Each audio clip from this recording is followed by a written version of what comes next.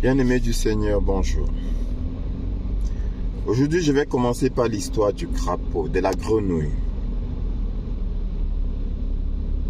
qu'on a plongé dans une casserole d'eau froide, posée sur le feu.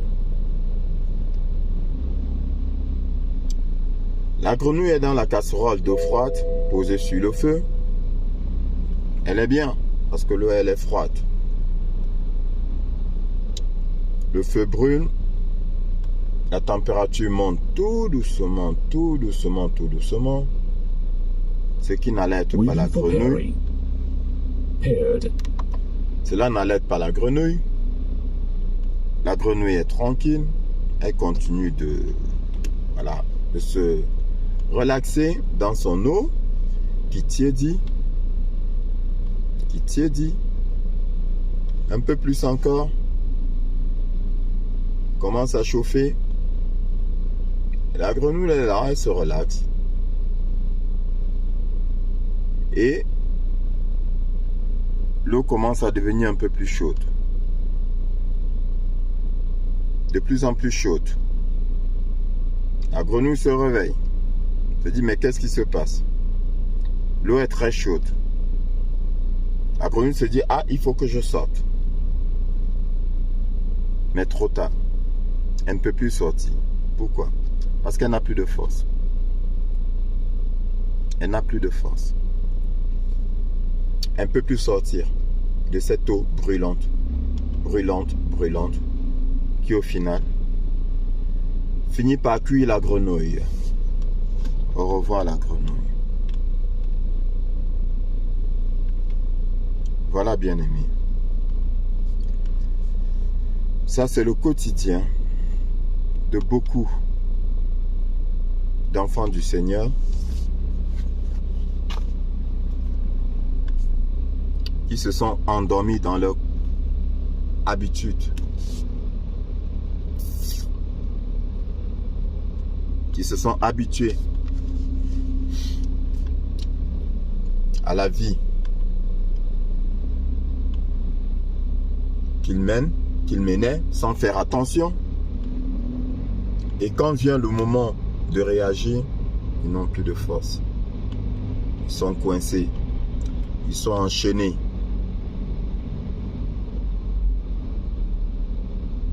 Ils n'ont plus de force.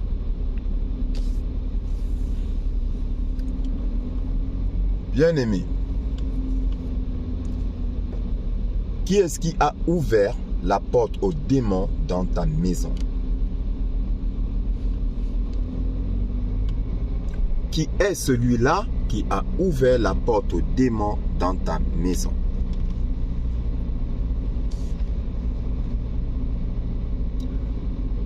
Pourquoi tes enfants tombent malades tout le temps? Pourquoi tes enfants ne dorment pas bien?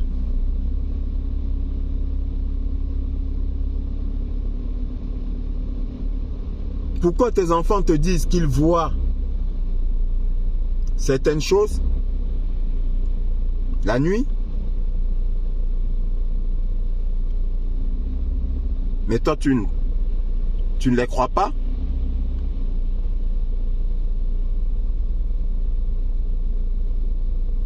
Pourquoi tes enfants n'ont pas trop l'appétit?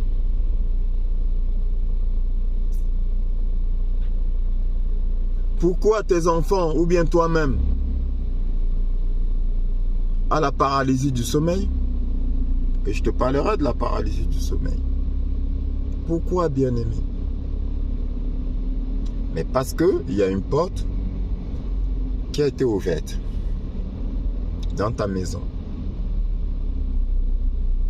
Une porte a été ouverte aux démons dans ta maison. Par qui? Pourquoi? Bien-aimé du Seigneur, tu dois faire attention. Tu dois être attentif à tout ce qui se passe chez toi.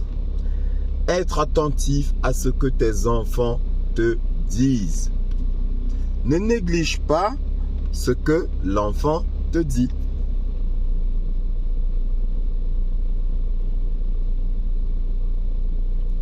L'enfant a peur tout le temps, à une certaine heure, à un certain endroit de la maison. Interroge-le. Demande-lui pourquoi est-ce qu'il a peur. Qu'est-ce qui lui fait peur? L'enfant dort mal la nuit. Interroge-le. Demande-lui qu'est-ce qui se passe la nuit quand il se couche.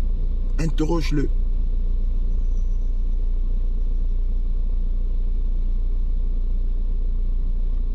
Les enfants connaissent, ressentent, voient beaucoup de choses que nous ne connaissons, ne ressentons pas, ne voyons pas.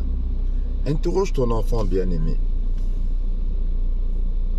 Parce qu'il est possible qu'une porte ait été ouverte. À la suite des enseignements que je t'ai faits sur les envoûtements, sache donc que s'il y a envoûtement, il y a porte ouverte, comme je te l'ai dit. Parce que un envoûtement se fait suite à une collaboration avec les esprits mauvais. Collaboration avec les esprits mauvais. Et je te dis que l'envoûtement doit être renouvelé à une certaine fréquence. Donc, ça veut dire quoi? Ça veut dire qu'à chaque fois, on va invoquer les esprits mauvais. Mais ces esprits mauvais qu'on invoque, on les invoque où? Dans la maison. Dans la maison. Donc, en fait, ta maison est un nid de démons. Ta maison est un nid de démons. Et ces démons-là s'amusent. Ils font ce qu'ils veulent. Ils s'amusent avec tes enfants. Ils prennent leur force. Ils prennent leur santé.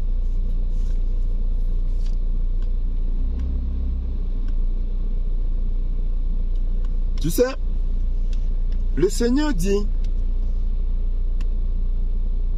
si quelqu'un vient à toi et n'apporte pas mon évangile, ou bien t'apporte un autre évangile, ne le reçois pas dans ta maison. Ne lui offre pas ton toit pour coucher.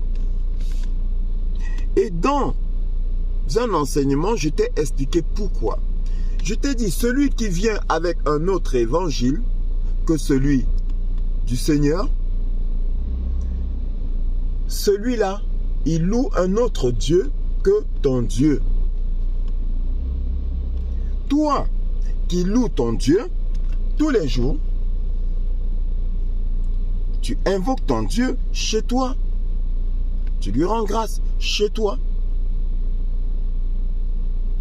Tu l'appelles au secours chez toi. Tu demandes son aide chez toi. Tu demandes sa protection chez toi. Mais dis-toi que celui qui a pactisé avec le démon fait la même chose.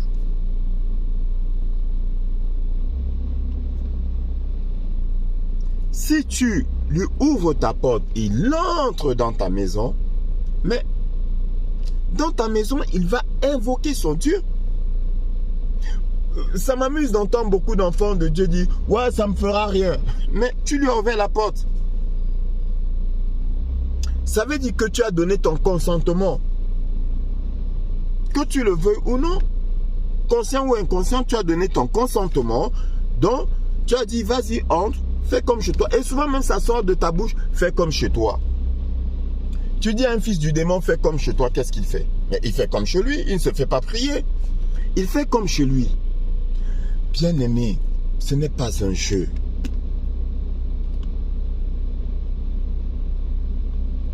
Ce n'est pas quelque chose que tu dois prendre à la légère.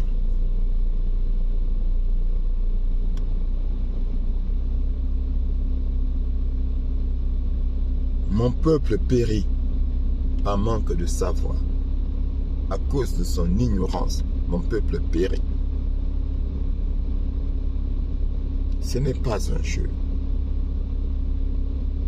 Écoute ce que je te dis.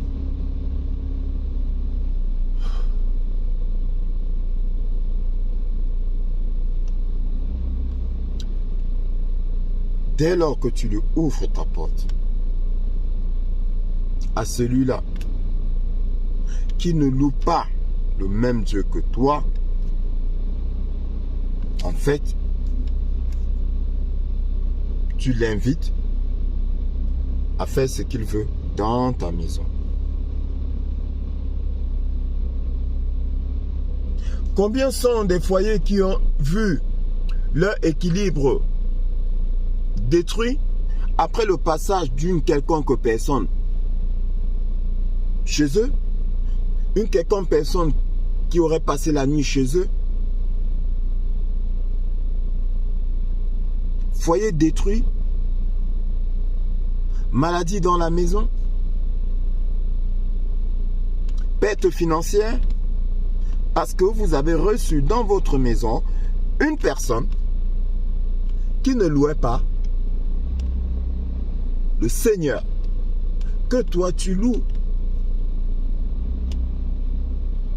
Il a prié dans ta maison. Il a rendu grâce à son Dieu dans ta maison. Il a invoqué les démons dans ta maison. Et les démons avaient le droit de venir parce que tu as donné ton consentement. Tu lui as ouvert la porte. Donc arrêtez de dire, ah, ça n'arrivera pas mes enfants. Ça ne m'arrivera pas. Oui, ça n'arrive pas si tu refuses. Mais comment peux-tu me dire que tu as refusé quand tu as ouvert la porte? Comment peux-tu me dire que tu as refusé quand tu sais ce que l'autre fait, mais tu es là? J'entends souvent des gens dire, ouais, mon mari, lui, il est dans une secte, mais j'ai protégé mes enfants. Comment ça, tu as protégé tes enfants? Si quelqu'un t'apporte un autre évangile, ne le reçois pas dans ta maison. Ne lui dis même pas salut. Car en lui disant salut, tu participes à ses mauvaises œuvres. Est-ce que c'est moi qui dis ça? Ne connais-tu pas la parole de Dieu? C'est Dieu qui dit ça, ce n'est pas moi. C'est valable pour moi aussi, bien-aimé du Seigneur. C'est valable pour moi aussi. Car en lui disant bonjour, salut, tu participes à ses mauvaises œuvres. Ça veut dire que tu es d'accord avec lui. Non seulement tu es d'accord, mais tu fais. Tu prends part à ses mauvaises œuvres. À combien plus forte raison, toi, femme, qui dit que tu as protégé ton enfant tout en étant dans le foyer de celui-là qui loue un autre Dieu, tu bénéficies de ses faveurs, ce qu'il ramène, belle voiture, bijoux, tu jouis de cela et tu dis que j'ai protégé mes enfants. Tu as protégé quoi? Tu n'as rien protégé du tout. Tu n'as rien protégé du tout. Mon peuple périt à cause de son ignorance. C'est de l'ignorance. Tu n'as rien protégé.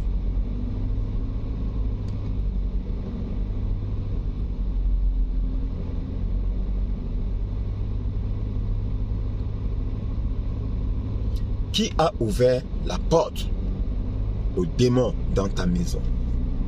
C'est celui-là qui invoque les démons. Et peut-être toi-même, si jamais tu invoques le démon inconsciemment, mais il viendra, il entrera dans ta maison et il va jouer avec tes enfants. Donc, je reviens donc en disant que un foyer fondé sur la base de l'envoûtement de l'un ou de l'autre va être sujet à des visites démoniaques, des visites des esprits mauvais. Ils siègent là, dans la maison, ils sont là. Parce que, vu qu'il faille renouveler la puissance de l'envoûtement, on va invoquer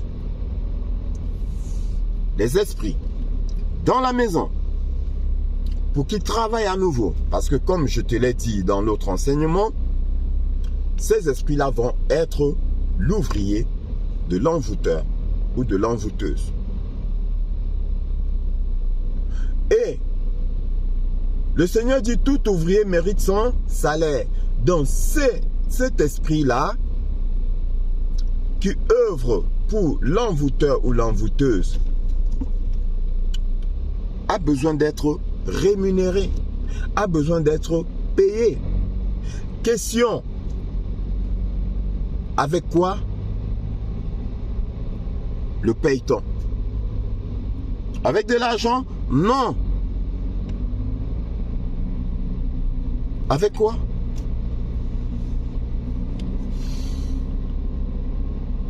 Avec quoi le paye-t-on?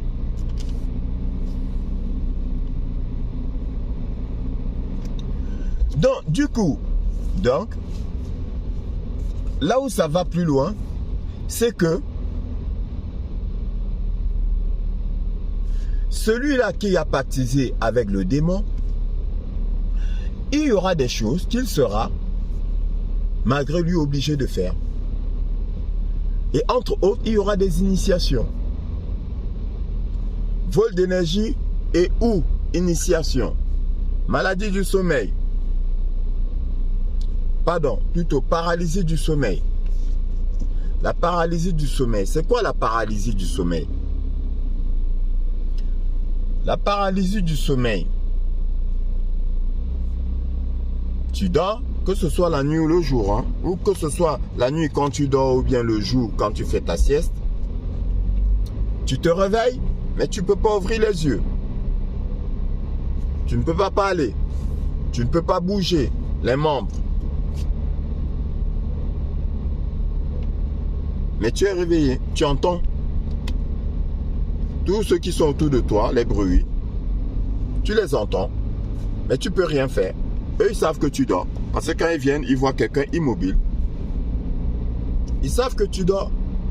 Mais toi, tu ne dors plus. Sauf que tu es paralysé.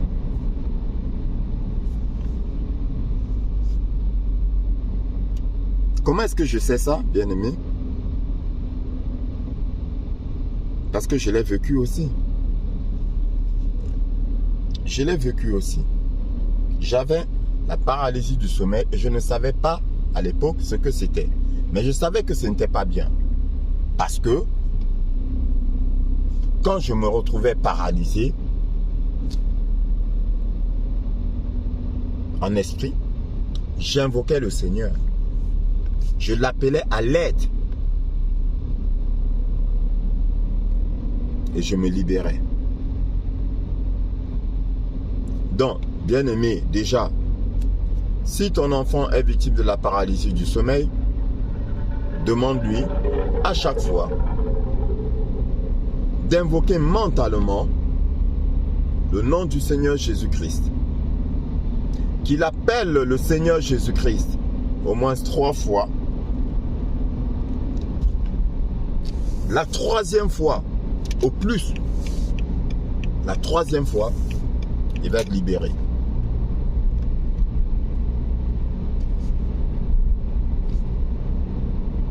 Qu'est-ce qui se passe au cours de la paralysie du sommeil, bien-aimé? Pour l'instant, ce que je vais te dire, ce ne sera que des suppositions.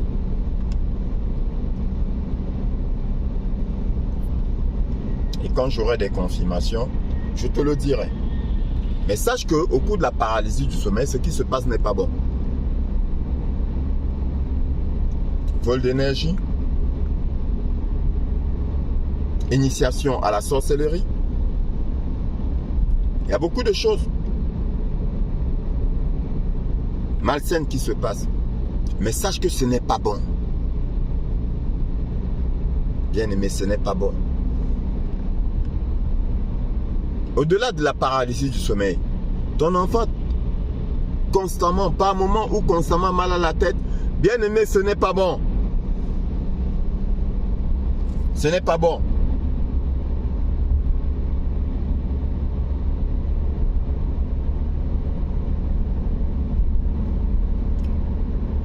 Quand j'étais victime de la paralysie du sommeil,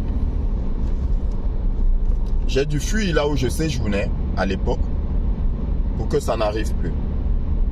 Ce qui me permet de dire que, vu que j'avais changé d'endroit et que je n'étais plus victime de cette paralysie du sommeil, sauf quand je revenais à cet endroit-là, cela me permet de dire que il y a des choses dans cet endroit-là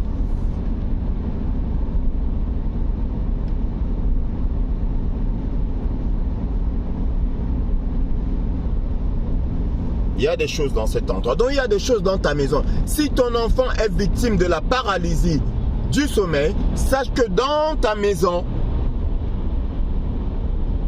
il y a des choses qui n'honorent pas le Seigneur, mais qui honorent d'autres dieux. Nettoie ta maison. Je te l'ai dit dans le dernier enseignement, nettoie ta maison. Brûle tout. Tout ce qui te paraît louche, brûle. Nettoie ta maison. Purifie ta maison avec des prières. Nettoie ta maison, bien-aimé. Ça fait 3 ou 4 jours où j'ai posté la vidéo et je sais que tu n'as pas nettoyé ta maison. Soit parce que tu prends à la légère ce que je dis, tu prends à la légère mes avertissements, soit parce que l'esprit qui t'a envoûté n'est pas totalement parti et il te fatigue, il te décourage, il t'empêche de le faire. Bien-aimé, prie, demande à Dieu de te donner la force à cet instant, à ce moment de mon enseignement, pendant que je continue de parler, demande au Seigneur de te donner la force, l'énergie de nettoyer, le courage aussi, le courage, parce que, bien aimé, je sais que il y en a qui ont peur. Le courage de nettoyer ta maison. Que le Seigneur te donne tout cela. Parce que le Seigneur dit, ce ne sera ni par ta force, ni par ta puissance, mais par mon esprit. Et c'est par son esprit qu'il va déclencher les choses. Et que tu vas nettoyer ta maison et que tu vas brûler tout ce qui n'honore pas le Seigneur. Brûle, pas de négociation, bien-aimé. Brûle. Pas de négociation.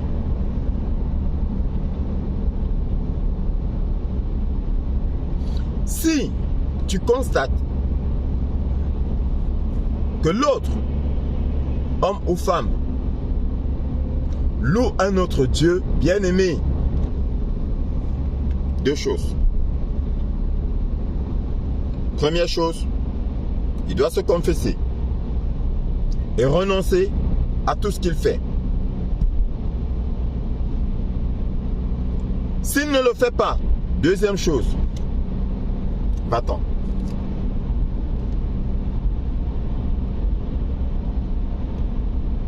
C'est moi qui parle. Ce n'est pas moi qui parle. Va-t'en. Parce que, vu qu'il ne s'est pas confessé, demander pardon et renoncer à toutes ces choses-là, toi en restant, selon le Seigneur, qu'est-ce que tu fais? Tu participes à ces mauvaises œuvres. Donc tu es d'accord avec lui et inconsciemment, tu pratiques avec lui. Après, ne te plains pas. S'il refuse de se confesser, va-t'en. Le Seigneur ne t'en voudra pas. Tout au contraire, il va te restaurer. Il va t'aider à te rétablir. Il va t'aider à te reconstruire. Il te donnera plus encore. Va-t'en. Protège tes enfants. Protège ta vie. Si l'autre refuse, bien aimé, je répète encore une fois, va-t'en.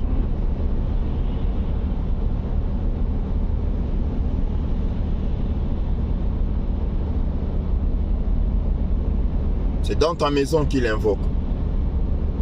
C'est dans son lieu de vie qu'il invoque. C'est dans son lieu de vie qu'il met des fétiches. Et c'est dans ce lieu de vie que vous vivez avec les enfants.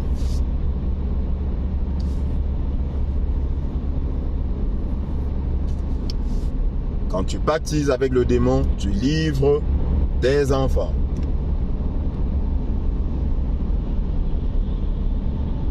Tous. Si aucun d'eux n'est béni de Dieu, tous partiront dans les mains du démon. S'il y en a un qui est béni, il finira par être délivré. Je dis bien finira par être délivré, mais il vivra le calvaire.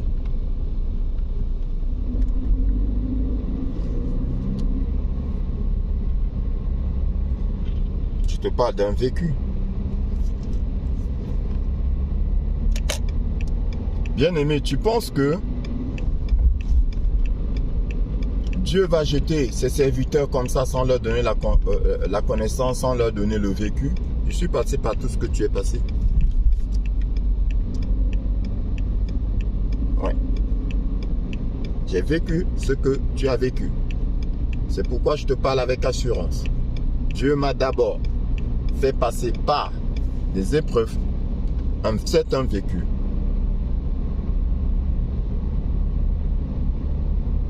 Avant de m'envoyer à toi. Je parle avec certitude. Cause avec tes enfants. Observe tes enfants. Surveille tes enfants. Mais il faudrait savoir une chose, bien-aimé du Seigneur. C'est que ce qui arrive dans ta vie,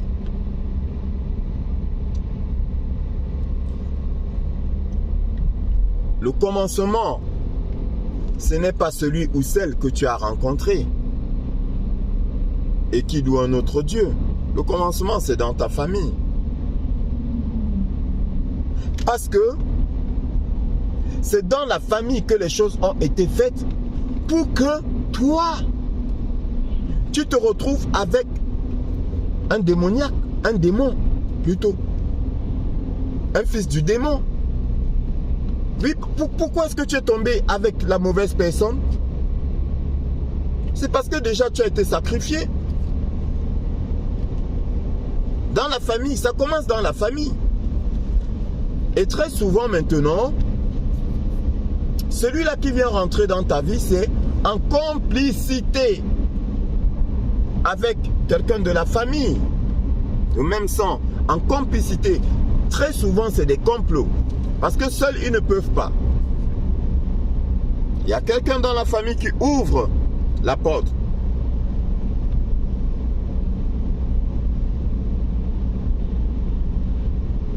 Donc, bien-aimé, pourquoi tu ne réagis donc pas?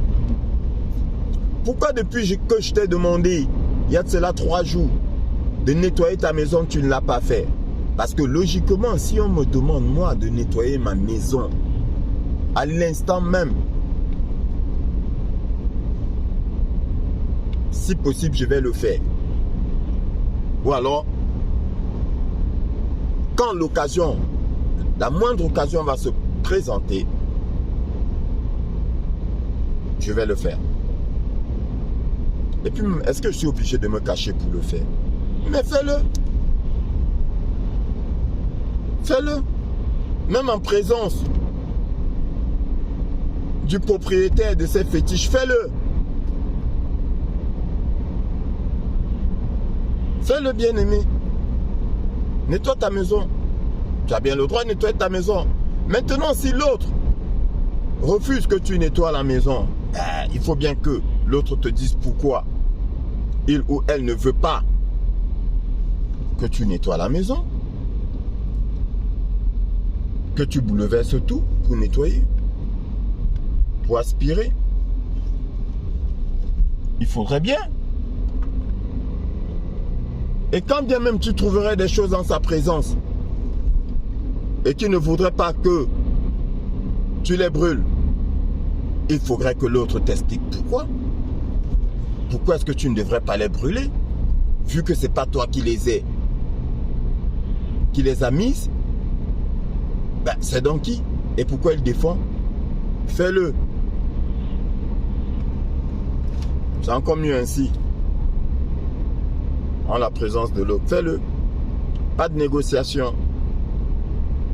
Sauf si l'autre, maintenant, va se repentir et renoncer à toutes ces choses. Donc, je disais, pourquoi est-ce que tu as du mal à le faire, bien-aimé? Parce que tu n'es autre que cette grenouille qui a été plongée dans une casserole posée sur le feu, contenant de l'eau froide, et la température de l'eau s'est élevée tout doucement et a épuisé la grenouille.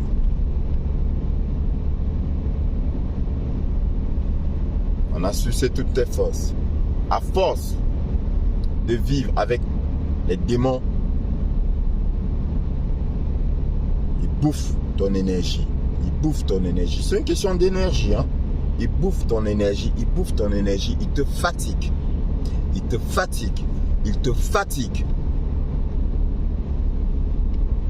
Et tu n'as plus de force d'agir. Parfois, tu n'as même plus de force. La force pour prier. Parce qu'ils t'ont fatigué.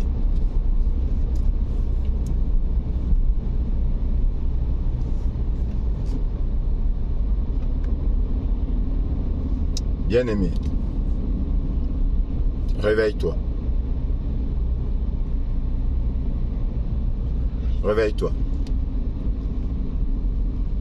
Que l'Esprit de Dieu en toi se manifeste et te donne la force, la puissance, l'énergie, le courage d'agir. Un enfant reconnaît la voix de son père. Si tu ne reconnais pas ce que je viens de te dire, de qui es-tu l'enfant? De qui es-tu l'enfant? Est-ce que la voix de celui qui parle en moi est la voix de ton père? Pose-toi cette question. Si c'est la voix de ton père, tu la reconnaîtras et tu agiras.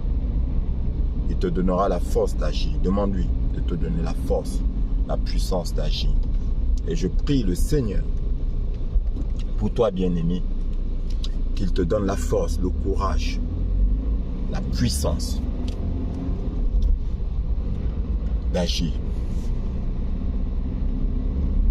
J'invoque sur toi et sur tes enfants le sang du Seigneur Jésus.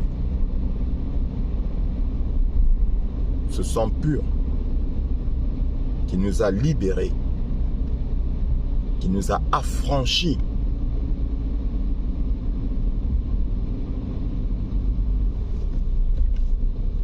Que son sang, dès à présent, te rende invisible, intouchable et inattaquable. Au nom de Jésus-Christ.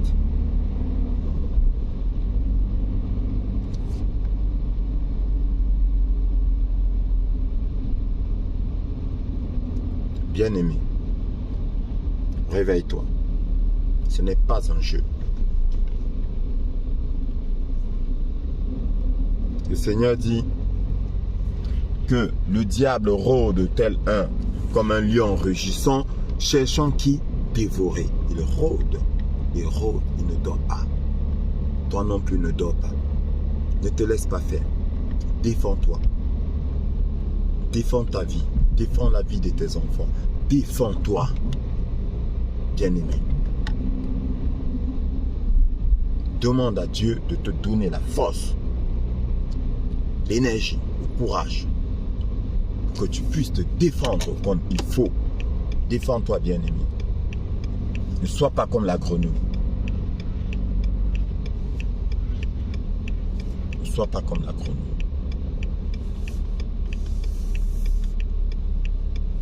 Ce n'est pas un jeu. Ce n'est pas un jeu.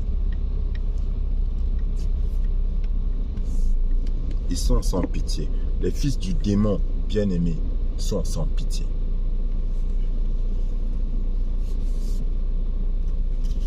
Toi, reste amour, mais défends-toi.